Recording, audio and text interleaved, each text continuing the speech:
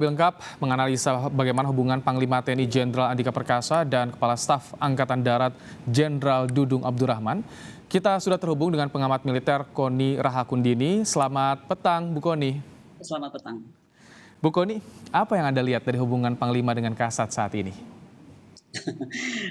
Gini aja, yang bukan saya saja yang melihat, tetapi kan kita kembali isu ini muncul ketika FDP kemarin, pertanyaan dari Ibu Mutia, Ibu Ian Permanas, kemudian Pak Effendi Simbolon yang mempertanyakan seringnya Kasat tidak hadir. Bukan kemarin saja loh Kasat tidak hadir.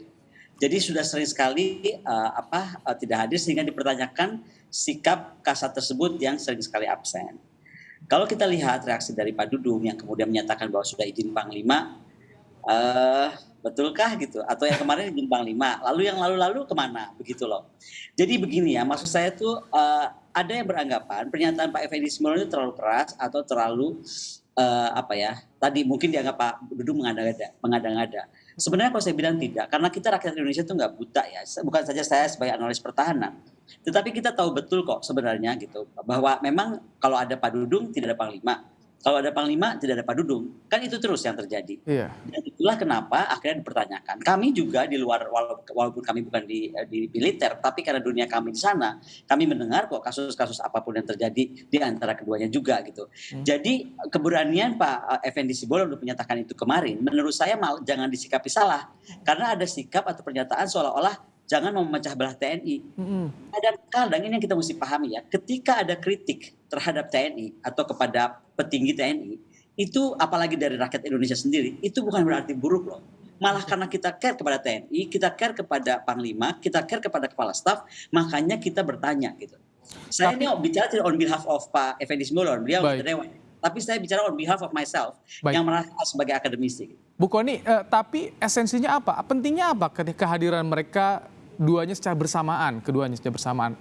Sangat penting ya. Pertama yang manggil itu DPR, seperti dinyatakan oleh Pak Dev tadi, tidak hadir dan tanpa alasan apalagi, itu adalah contempt of parliament. Itu merendahkan parlemen. Jadi itu tidak boleh. Karena parlemen itu punya hak. Mereka dipilih oleh rakyat Indonesia, itu memang untuk menjalankan hak-hak tadi. Gitu. Terutama yang kalau kita kontekskan Komisi 1. Lalu kita lihat undang-undang, ya kan? Kalau kita lihat kenapa masalah tidak rukunnya atau tidak sinerginya, tidak berkohesinya mereka berdua, itu berbahaya. Kenapa? Karena kalau kita lihat Undang-Undang 34 2002 pasal 15, tugas Panglima itu memimpin TNI.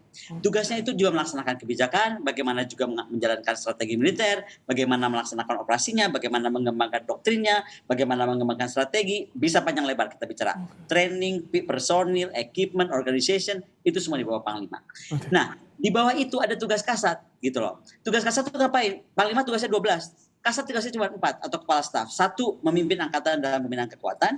2, membantu Panglima dalam menyusun kebijakan. 3, membantu Panglima dalam penggunaan komponen, ya kan? 4, melaksanakan tugas lain disuruh Panglimanya.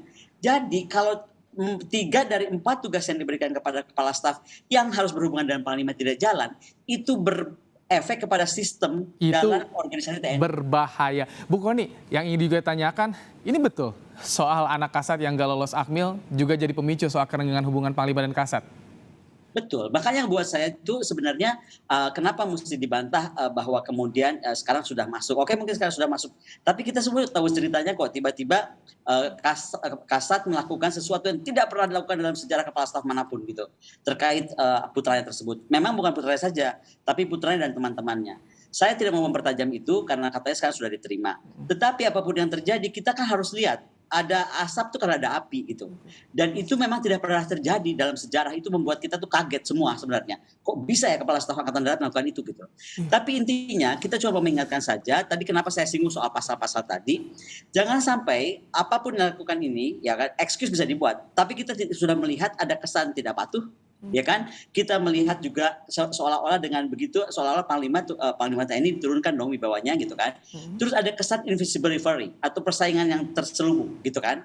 Dan ini yang mungkin harus kita perhatikan karena ini berpotensi memecah belah TNI. Bukan saja TNI Angkatan Darat, tetapi kohesi dan integrasi antara TNI dalam Trimatra Terpadunya. Ini Panglima dan Kasat gak akur itu dari dulu, Bu Koni?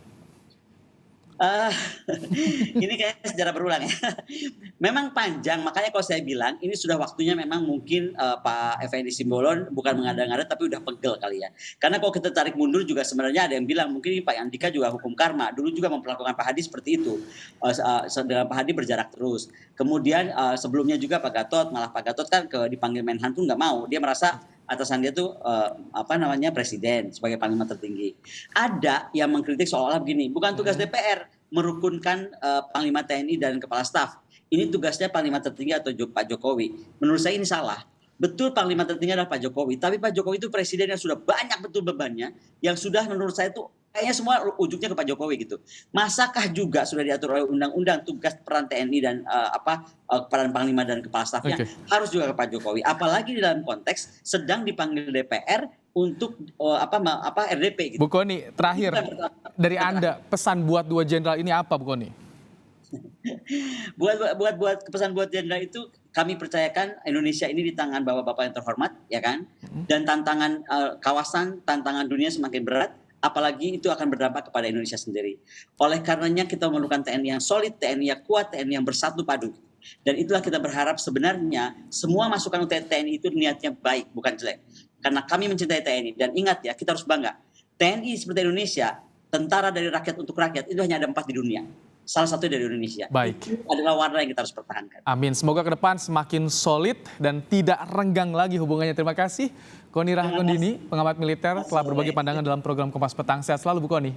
Terima kasih.